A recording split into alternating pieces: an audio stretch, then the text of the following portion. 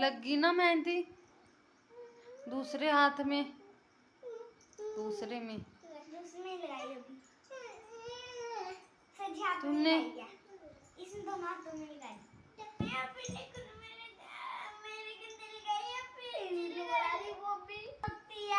ठीक है, मैं लगाऊंगी दूसरे में।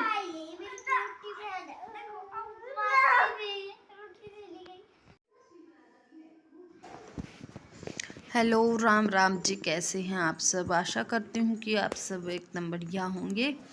तो आप सबको भी हैप्पी जन्माष्टमी की बहुत बहुत शुभकामनाएं। तो लड्डू गोपाल आप सबके घर भी पधारें।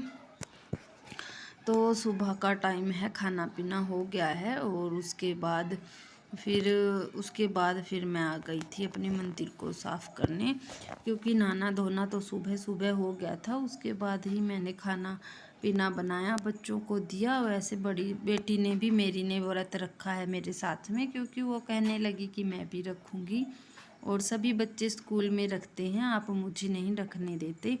तो मैंने कहा कि रख लो। ऐसे बहुत छोटी है अभी, वो 8 साल की है, लेकिन फिर उसे रखने का हो गया कि मैं तो रखूँगी। फिर कल उसने मेहंदी लगाई थी मेरे साथ में ही। मेरी मेहंदी तो बहुत बुरी लगी, पता नहीं क्या हुआ मुझे।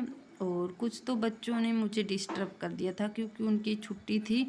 फिर कोई कुछ कहता है, कोई कुछ कहता है, उसके चक्कर में भी हो गया। ऊपर से मेरे बच्चे ने आकर हाथ से मेरी सारी मेहंदी ख़राब कर दी। तो मैंने तो सिंपल तरीके से उसी को गोला कर लिया। फिर सारी मेहंदी इसी चक्कर में मेरी ख़राब हो गई और फिर मैंने ज़्यादा नहीं किया, बस गोल गोल सा करके और इसी तरह से लगा ली मेहंदी। फिर बच्चों ने भी लगाई। और ये जन्माष्टमी वाले दिन का था।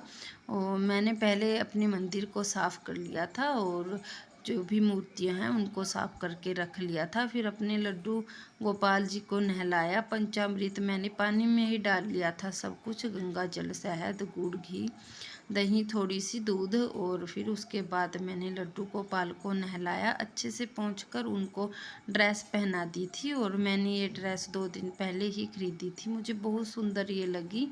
मैं बाज़ार गई हुई थी, मुझे याद भी आ गया था कि जन्माष्टमी है। और फिर मैंने इनके लिए ड्रेस ले ली। और उसके बाद फिर मैंने लड्डू गोपाल को भी बैठा दिया और अच्छे से उनको दिया बाती किया और साथ में भोग भी लगा दिया था। तो भोग प्रसाद मैंने जो भी लगाया वो फल ही मैंने लगा दिए थे, मतलब फलों को चढ़ा दिया था, एक सेब और एक केला। और उसके बाद मेरी हो गई थी पूजा पाठ। तो इसी तरह से करती हूँ मैं, तो मुझे बहुत ज़्यादा कुछ नहीं आता, इतनी ज़्यादा पूजा पाठ नहीं आती। मैं तो अपना यही सिंपल तरीका रखती हूँ शुरू से और इसी तरह से करती हूँ। और फिर उसके बाद और ये है जी शाम 4 बजे का टाइम है और मैं आ गई थी अपनी रसोई में। तो पहले सबसे पहले बच्चे को दूध दे देती हूँ, क्योंकि उसको भी भूख लगी हुई है। और साथ में छोटे वाली जो बेटी है उसको भी मैंने खाना दे दिया था। और फिर रख दिया था 1.5 गिलास दूध का और उसमें डाली थी मैंने 1 कटोरी भर के सूखा दूध, क्योंकि मुझे कहीं खोआ मिल नहीं रहा था। और दुकान वाला तो ऐसा ही होता है, मिलावट से भरा। तो वो मैंने मंगवा के नहीं किया था दुकान से, तो खुद ही मैंने इस तरह से बना लिया था। और सच में बहुत अच्छा इससे भी बना, बहुत अच्छी, मतलब जो बर्फ़ी मैंने बनाई अच्छे से बनी।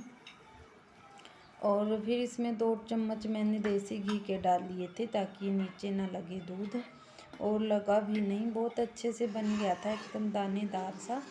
और जब ये एकदम दानेदार सा बन गया था तब मैंने इसको गैस को बंद करके और एक प्लेट में घी लगाकर और मैंने इसको जमा लिया था बर्फ़ी।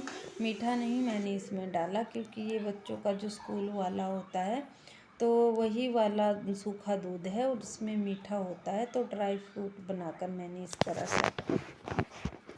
और ये है दूसरा दिन। तो सुबह की तो साफ़ सफाई हो रही है। तो मैंने बेड को कर दिया था अंदर से क्लीन, क्योंकि इसमें बहुत ज़्यादा धूल मिट्टी जाती है। और उस करके सारी धूल मिट्टी मैंने पहले निकाली और फिर अच्छे से जो कपड़े हैं नीचे बिछा दिए। उसके बाद मैंने सारे कपड़ों को सेट कर दिया। तो व्रत का भी उद्यापन जो होता है सुबह हो चुका है और मैंने दोनों बच्चियों के पाँव मैंने धुल दिए थे और उसके बाद उन्हें खाना खिलाकर फिर वो स्कूल चली गई थी। और कल मैंने जो चौलाई का प्रसाद बनाते हैं जो जिसको रात के 12 बजे भोग लगाते हैं भगवान को, तो हमारे वही बनता है ज़्यादातर चौलाई का जो प्रसाद होता है और उसके बाद ही उसको खाते हैं, मतलब लेते हैं, सबको बांटते हैं। तो 12 बजे वैसे प्रसाद मैंने रख लिया था बनाकर और 12 बजे मेरी आँख ही नहीं खुली। सुबह 4 बजे मुझे जाग आई, तो फिर उसके बाद फिर मैंने सुबह ही उसको बांटा और सुबह तो खैर बच्चियों के पैर मैंने धो दिए थे और इसी तरह से मैंने फिर व्रत को खोला। तो उसके बाद फिर मैं बच्चों को स्कूल भेजकर और पतिदेव चले गए थे ड्यूटी, तो उसके बाद थोड़ी देर मैंने आराम किया, मतलब बैठी मैं, और उसी बीच मैंने गाय को घास दिया और फिर मैं अंदर आ गई थी। फिर मैंने कर ली थी अपनी बेड की साफ़ सफाई और उसके बाद लगूंगी मैं सारी जो क्लीनिंग है उसमें। तो अब तो खैर इसी तरह से निकलेगा दिन। और तो फ्रेंड्स इसी के साथ अपनी वीडियो का भी यहीं पे एंड कर देती हूँ। और वीडियो आपको कैसा लगा तो ज़रूर से लाइक कीजिएगा और मिलती हूँ आपको एक और नई वीडियो के साथ। तो इसी के साथ आपको बाय बाय।